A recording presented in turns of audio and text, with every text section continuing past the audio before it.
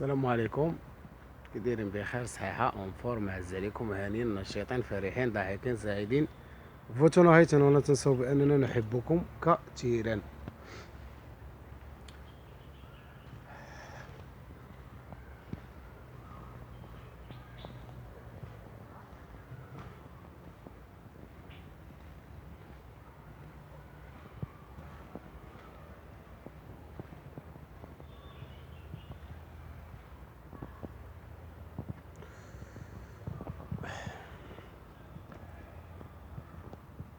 الياس المالكي، ولد جديده،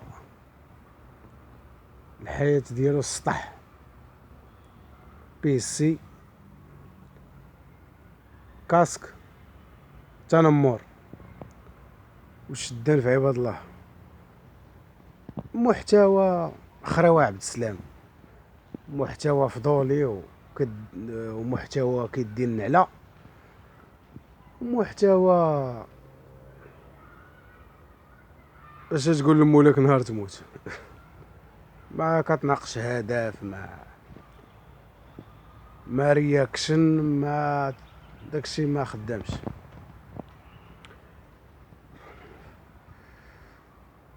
عطاك الله القبول وحمد الله معك والديك باقي في حضن ديالهم، واخا قرانك والد تبارك الله الفيولة، انت باقي في حضن والديك. عطاك الله القبول، والناس متبعك على داك الخرطي اللي كدير. بنادم تيبغي يكتشف.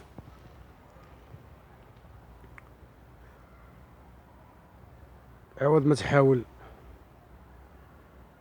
تناقش مواضيع، عطا الله فاش تهضر، باش تبقى تشد في عباد الله راه ما عندها حتى معنى. هذه وحده عاوتاني من جهه. انا ما نبغيش لك الاداء ولا غنكرهك على حسب المشاهده اللي عندك ولا. حنا والله العظيم هاد الفيديوهات غير كنبغيو نناقشوا المواضيع كما كنقولوا كنبغيو نتلفوا الفرده. اما حنا ما كنتخلصوا لا من هاد الفيديوهات لا والو. حنا الهدف ديالنا كنوصلوا الرساله كما باغي بطريقتنا حتى مغربيت وبالضحك وبالامبيونس. حنا من دوك الناس ديال الفيق مع الخمسة الصباح، فيقة شفيق الكتاف. يعني نقدر نبان لك باحث، وفعلا باحث، ابحث عن رزقي. وانما هذا ماشي الموضوع ديالنا هو الياس المالكي. بحكم بيسي وكتهضر وكدير رياكشن، راه ما تقولش ما تكونش حافظ صور ديال القرآن، ما يمكنش. انت المحتوى ديالك التنمر، اجدك تقول شي آية قرآنية، راه ما يمكنش داك الصورة وليد صغير وما عمرو شاف المدرسة مع هاد العصر اللي كنعيشو. ضروري تبارك الله كيكونوا الدراري حافظين اي سورة القرآن. انت بغيتي تحرق المراحل بواحد، يعني بغيتي تعطي واحد الصورة على راسك وتتبرهن على راسك بانك انت خطير ومقواد.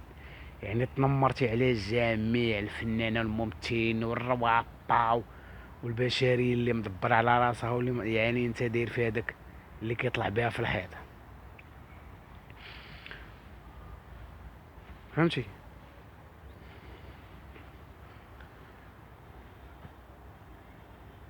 نطقتي بصورة ديال القرآن،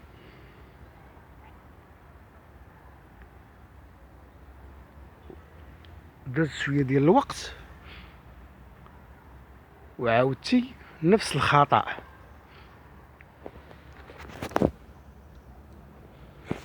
عاودتي نفس الخطأ. يعني شنو كيعني هادشي؟ يعني انت داير فيها هبيل ومسطي وسرق العواد. يعني انت باغي دير داك القضيه ديال بغيت انت داير لهم داك التبهله ديال المريقل حاضي المريقل والدمدومه قاضي حاجه، والمريقل حاضي المريقل والدمدومه قاضي حاجه. هذا هو المحتوى ديالك. ولكن منين مشيتي للصوره ديال القران الكريم ما غتخرجش لك طريفه، ما غاديش تخرج لك طريفه. والقران الكريم بلا ما غادي نشرح لك شنو الدور ديالو في الحياه ديالنا، راه باين، راه باين. هو الهدف د الحياه، راه كلام طيب هدف في الحياه. القران الكريم راه هو كل شيء.